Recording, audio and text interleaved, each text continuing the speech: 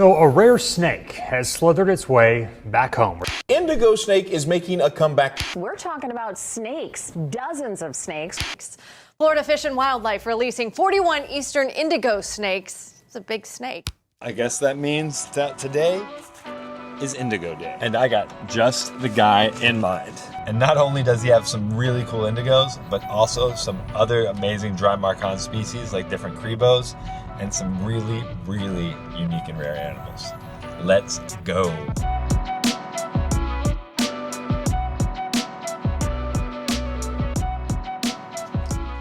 All right, so I'm here with John of Black Pearl Reptiles. I'm John Michaels from Black Pearl Reptiles. We work with indigos and cribos primarily. The genus is the Drymarchon genus. On the indigo side, we've got Eastern Indigos. There are the Texas Indigos. We have Mexican Indigos. Then on the Cribo side, we've got Blacktail Cribos, unicolor Cribos, and Yellowtail Cribos.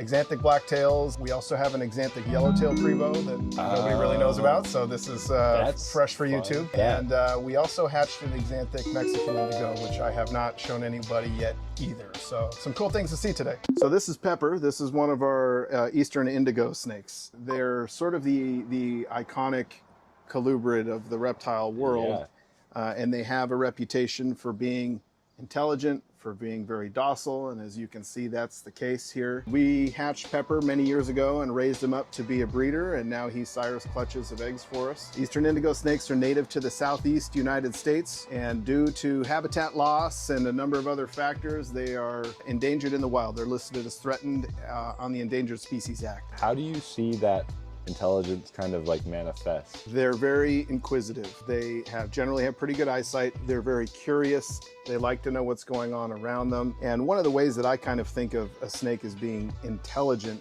is that they figure out things pretty quickly. So Pepper, he will bite you for sure if you put in your hand in his cage unannounced, but they figure out that you're not food very quickly. Once you put a hand on him, or I use sometimes a cage hook, and he knows that he's not being fed and that he's gonna be picked up by me. I do believe that they recognize people. I don't get that feeling from other snakes. So indigos get their name, the word indigo means of a purple color, is that they do have an iridescent shine in the sun. So you can get that sort of purple iridescence coming through, and it makes them just beautiful, beautiful snakes. And the largest snake in North America. Correct. They can get 8 feet long. That's pretty uncommon for them to actually reach 8 feet, but 7.5 is about right for an adult male. A lot of the boas and things, the females will generally get larger, right? Hognose snakes and so forth, but with indigos, the males get a little bit larger.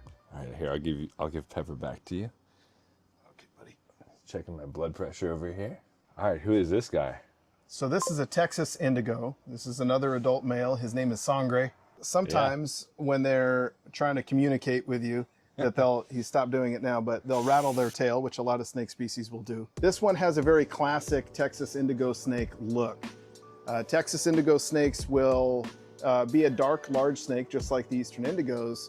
However, they'll have sort of a copper type color that can be mixed in with the black in the dorsal area, so you can kind of see that. It's not uncommon for them to have a pink or a salmon colored orange throat and neck.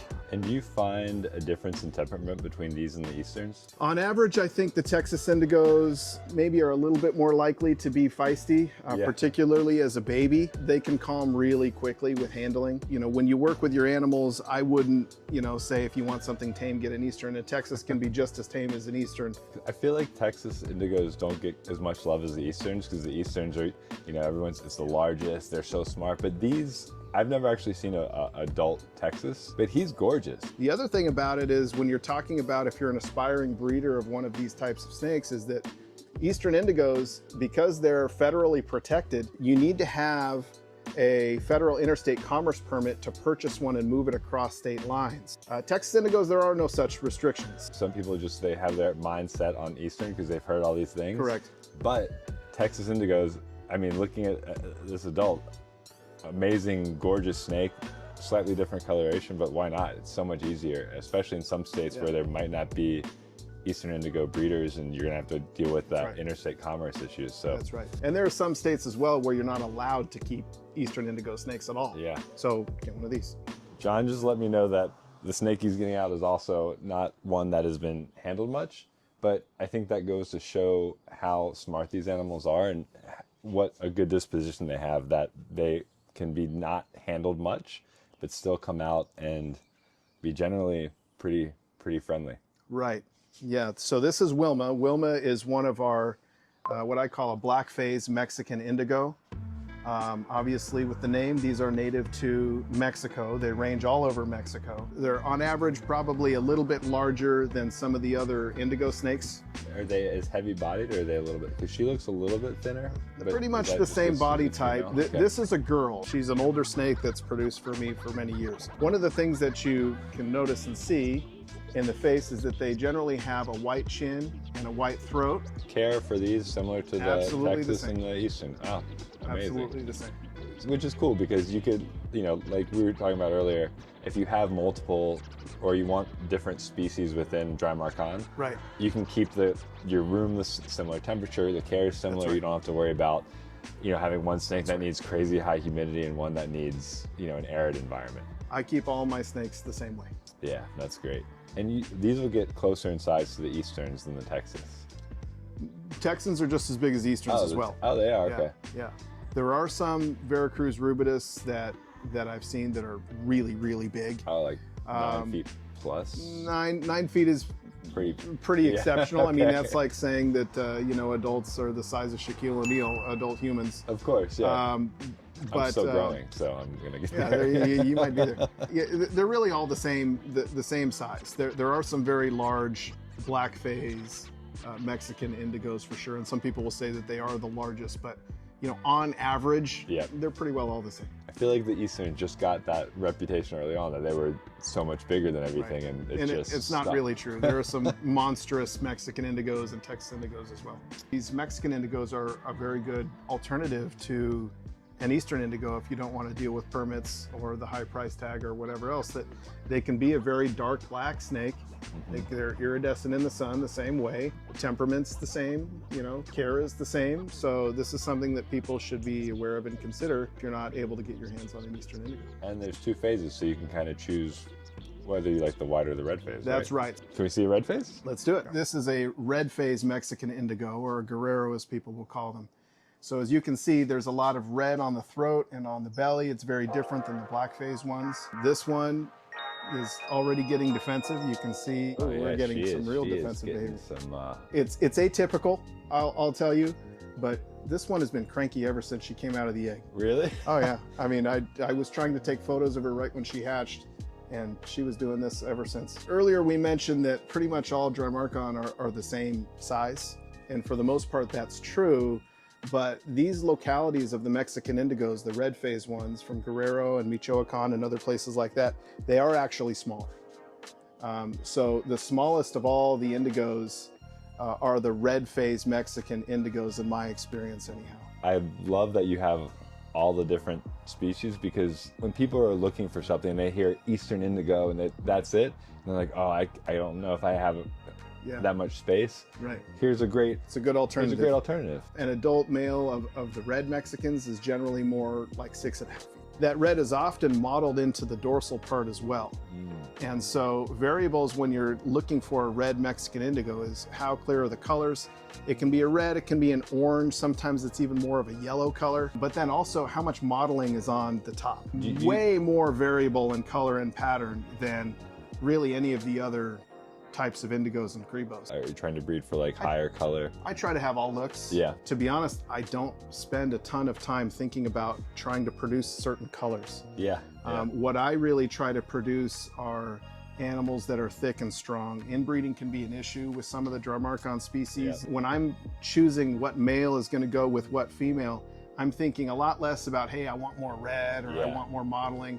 And I'm thinking more like, these are really unrelated. This one has really good, robust babies. That one has really good, robust babies from my experience in the past in breeding them. That would make a good pairing, and that's generally what I focus on a little bit more. I love hearing that, because I feel like that's what the hobby needs, is good bloodlines, less inbreeding, more focus on healthy animals and even temperament, you know? That's right. Versus just let's see what we can That's right. we can That's make. right. It's a slippery slope to be It is. line breeding animals for certain colors or Yeah. morphs or whatever. The interesting thing about this one, which I have not really shared publicly yet, is that when this snake hatched, and you can see the red colors on this, this is a typical look for baby red Mexican indigos. There was a snake in this clutch, sibling to this one, that had 0 red at all. This snake came out of the same clutch as that last female. And after hatching dozens of red Mexican indigo clutches, I've never seen anything like this. There are black phase Mexican indigos from Sonora that can have these really crisp and white bellies, but that's not this. This snake came out of a clutch of red Mexican indigos. He's a lot calmer than his sister. Way calmer. But you can see there's no red in there, there's no yellow in there, there's no orange in there, just a really bone white stomach and face. So for YouTube, you know we're gonna say this is the first Axanthic Mexican. You know, you could be right. You know, I'm not. We'll say it, and if you've seen another one, you can leave something in the comments and Right. tell me that. I'm not arrogant enough to think that I know everything about everyone's collections, but this is the first that I've heard of. You didn't want to hold the last one. I was like, oh, I'll wait on the last one. She like, I was like, I don't think she's gonna bite, but I was like, we'll just pause on that. This one's a little safer. Yeah. You don't really know what it's like to own an indigo until you own one. Yeah. You Yeah. know, you can hold one and all of that, and you get something of an idea of what you're getting into. But when you're interacting with them every day, it's a different kind of animal. I feel like the king rat might be my like gateway into getting into more colubrids. Onto some of the cribos. Let's on to some of the cribos. Ooh, blacktail. Okay. Yes. Okay, so this is a Blacktail Cribo. This is a female. This is a large adult female. Her name is Nika. She is actually wild caught. And no I way. got her from an importer from Nicaragua. I like her because of her color. Kind of typical Blacktail Cribo colors. You can see that they are active snakes.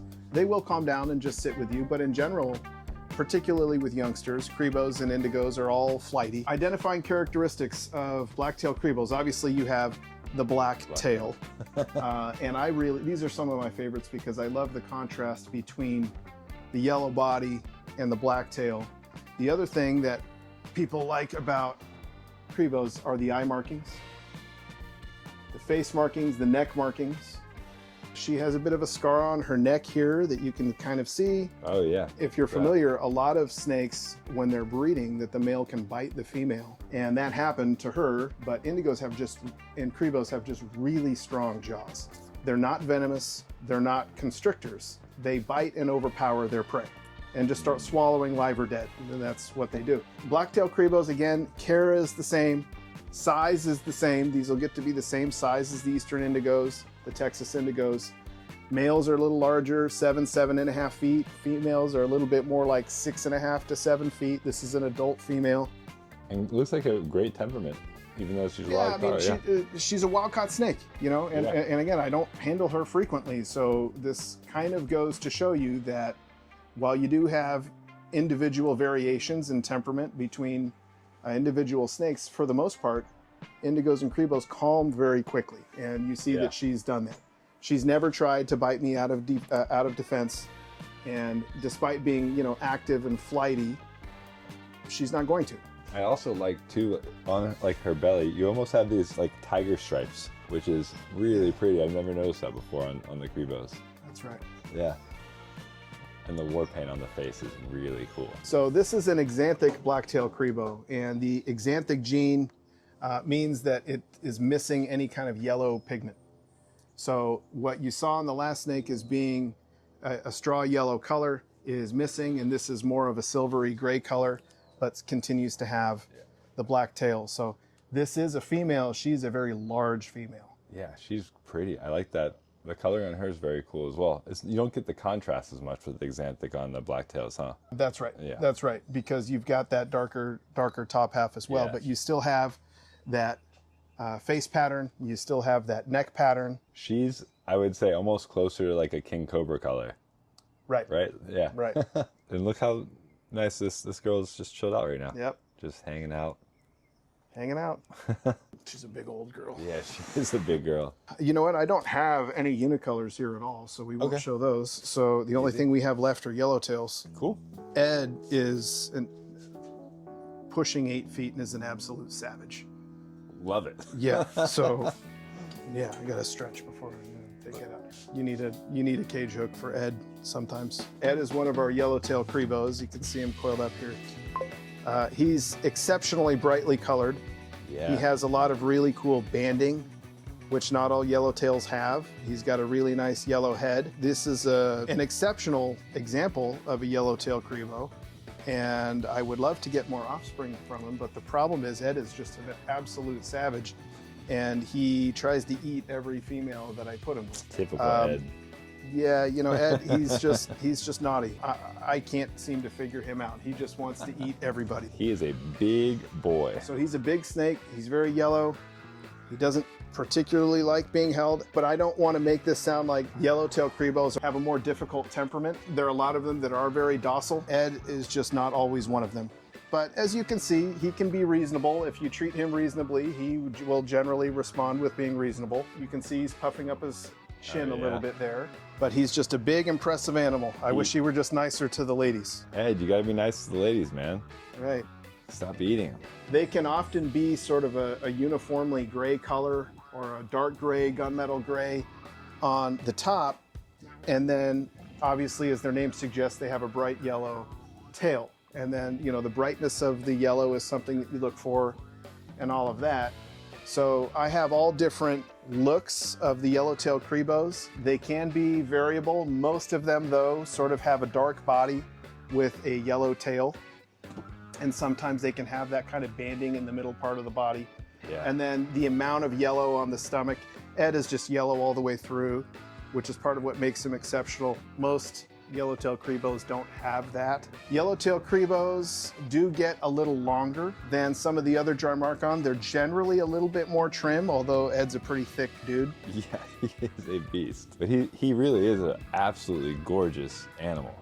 Like this, the banding on him from almost his head down to his tail is amazing. Ed, you gotta be nicer. Make some cool babies, dude. Come on, Ed.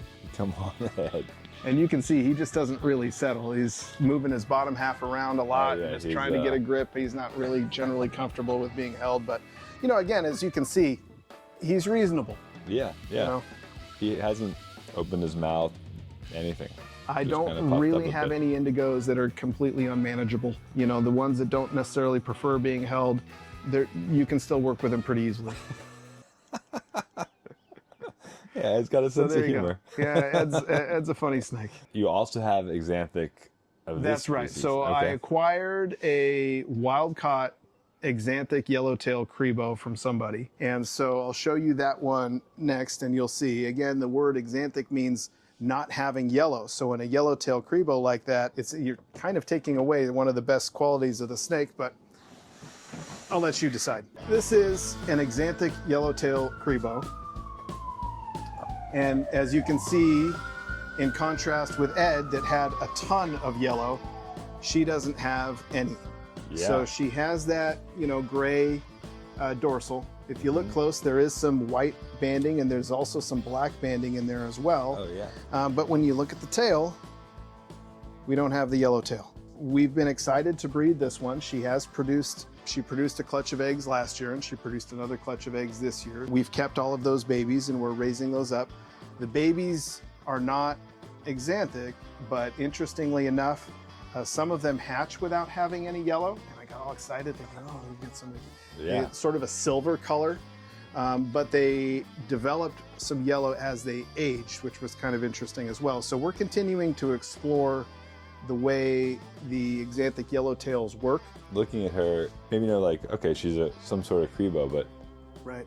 it wouldn't be immediately obvious that It's she's not a as Yellowtail. obvious. You know, it took some time to get her established after being, you know, a wild-caught import, and then get her being able to breed. She was a young sub-adult when we got her initially. She was in great shape when we got her. The person I got her from took really good care of her, and now, fortunately, she's produced a couple of clutches of eggs for us. So So cool. we're excited to see what happens there. So she's an Axanthic Yellowtail. Is she like probably one of the few, if not the only. I've heard, Axanthic I've seen a Yellowtail. photo of another Axanthic one from many years ago, Yeah. and I've heard of an Axanthic here or there, but to my knowledge, no one in the pet trade currently has them. But again, I could be wrong. John gets wild caught because he's very familiar and obviously has been doing this for a long time. Right. As a pet, don't buy a wild caught. Right. Buy a captive bred, U.S. captive bred, hopefully, and just save yourself the headache. You don't know the history of your wild caught animal before it shows up at your house. And at some point it was collected out of the wild and kept in some sort of enclosure Right. while it was waiting to be exported, and then it gets exported and so they can be parasitized, they can be dehydrated, and it can take some time to get a wild caught animal climatized and healthy. And some of them come in great shape, some of them don't. Some of them look great, but they're really not internally. So the safer bet is to go with a captive bred one. Yeah. I would agree. Anything else? Yes, I have one more thing that I can show you. All right. The next one is a different color variation of the Blacktail Cribo. It's not a morph like Axanthic. This is more of a locality thing. Okay, so this is one of my holdback red Yucatan Blacktail Cribos. Wow. As you can see, it's got kind of a reddish orange color, some yellows going on in there. It still has that signature face marking and the signature neck stripe Yeah. and the black tail, but yet it has more, instead of a straw yellow body, it's got more of that reddish orange. Definitely a cool locality. Right, Yeah, so they don't wow. all look like this. This is one of my holdbacks, Yeah. but they can be variable. They can be sort of more brown than yellow or reddish brown. They can be more of an orange color. They can also have varying amounts of mottling, meaning black flecking throughout the body. This one's also getting a little He's a defensive little bit with me here defensive. too. Yeah, look at him. That's all right, bud. All right. He hears the sirens. He was Right. like, yeah. Yeah. And as you can see with this individual, while it's a very clean belly with not a whole lot of markings on the belly, there are a lot of black flecking and things in the body, which is kind of neat. Yeah, that is really. And you can see the skin in between the scales is red as well. It's a cool shade of red. It's not just like that bright red that you get on some things. It's like a Right. crimson. Yeah, it's like Yeah. more of a brick red. Yeah, really cool. You were like, oh, I have the Axanthics and stuff. I was like, oh, I'm gonna like those because it's always cool seeing Axanthics. Right. But with the Cribos, I think the wild type, whether it's this locality or the other wild type, are probably what I would prefer. Your preference, right? And then the Axanthics last because they have such beautiful coloration and that contrast. It's so nice. Right. That's one of the things I love about the blacktails is the contrast between the body and the tail, the face markings, the neck stripe. They're neat. Now that we've seen all the different species, if you were going to come in and just grab a snake and hang out and relax, you don't have feedings or anything to do, Right. which snake are you grabbing? If I would just want to sit and chill and hang out with a snake, it's probably going to be an Eastern. Yeah, okay. Breeding projects that I'm like more excited about, that has to do a little bit more with recency bias, but I've been really excited with these red blacktails. Yeah, they are very cool. Officially it, right? That's officially it. Okay. Well, dude, thank you so much for having me. Where can people find you if they want to learn more about what you're doing? Our website is blackpearlreptiles.com. You can also find us on Instagram or Facebook under the same name, Black Pearl Reptiles. Dude, thanks again. And yeah, look forward to seeing more, hanging out more. Sounds good. How cool was that? And you know what? I'm very proud of myself because I didn't leave with any snakes. We're going home snake-free, even though I would love to end up with an indigo or a cribo at some point in the future. But that's gonna have to wait. We got some improvements coming for the reptile room, and I have my hands full right now with our king rat and now the northern white-lipped python, who is way more bitey than any of those cribos. So that's it. Thanks for watching. Make sure you hit the like and subscribe down below. I'll put all of John's info below and catch you on the next video. Peace.